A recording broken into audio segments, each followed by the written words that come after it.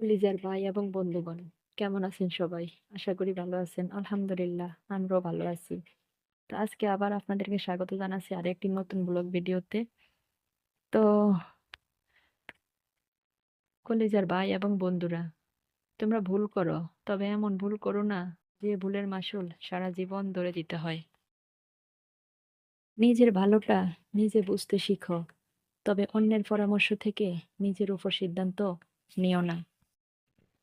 আমার যখন বিয়ে হয়, তখন আমার শাশুড়ি, স্বামী এবং ননদদের সাথে টুকটাক ঝগড়া হতো। প্রথম দিকে এগুলো আমার বাপের বাড়িতে নিয়ে জানিয়ে আমি আমার স্বামীকে জানাতাম। কখনো আমার স্বামী আমার পক্ষে কথা বলতো, আবার কখনো মা বোনদের পক্ষে। যখন সে মা বোনদের পক্ষে বলতো যখন সে মা বোনদের পক্ষে বলতো, তখন তাকে আমি স্বার্থপর বলে বকা দিতাম। ব্যাপারটা আমি মেনে নিতে পারতাম না। তাই পরে ব্যাপারগুলো আমার স্বামীর পাশাপাশি বাবার বাড়িতেও বলতে শুরু করলাম। অর্থাৎ যখনই যা হতো সবই বাপের বাড়িতে শোনানো শুরু করলাম। আমি ছিলাম দুই ভাইয়ের একমাত্র কলিজার টুকরা বোন, মা বাবার বড্ড আদরের কন্যা। একজন ভাই আমার বড় আর একজন ভাই আমার ছোট, কিন্তু বড় ভাই বিবাহিত। প্রথম দিকে টুকটাক ঝগড়ার পর ব্যাপারটা ফোনে শেয়ার করলে যখন বাপের বাড়ির সবার থেকে মায়া ভরা কথা ও আশা বুক ভরা আশা পেতাম, তাতে আমার সাহস দিন দিন বেড়ে যেতে লাগলো।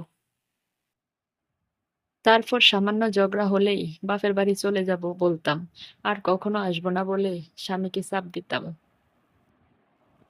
আস্তে আস্তে যখন সামান্য ঝগড়া হতো, তখনই বাপের বাড়ি চলে যেতাম। আমার স্বামী আমাকে নিতে আসলে প্রথম দিকে মা বাবা আমাকে বুঝিয়ে আমার স্বামীকে একটু বকে তার সাথে পাঠিয়ে দিত। আমার মা বাবার সাপোর্ট পেয়ে আমার সাহস আরো বেড়ে গেল। তখন পান থেকে চুন খসলেই স্বামীর সাথে যা তা ব্যবহার করে বাপের বাড়িতে চলে আসি।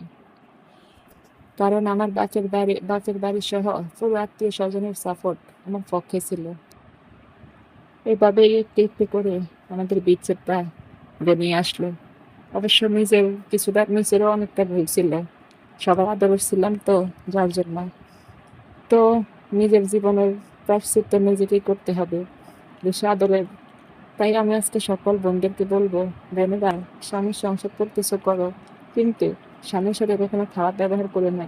স্বামী যে কি জিনিস যদি না থাকে, তাহলে তখনই বুঝতে পারবা। যার দাঁত থাকতে তাদের মর্যাদা দিতে শিখো। স্বামীকে আপন আপন করে নাও, স্বামী শ্বশুর বাড়ির লোকদেরকে আপন করে নাও, তাহলে দেখবা জীবনটা অনেক সুন্দর হবে। আসলে বাবার বাড়ির মানুষ কোনো কিছুই না। যখন বিয়ে হয়ে যাবে, তখন শ্বশুর বাড়ির মানুষই তোমার সব থেকে আপন, এবং তোমার স্বামী সব থেকে আপন। তাই আমি অনুরোধ করে বলবো, তোমরা সবাই স্বামীকে আপন করে নাও।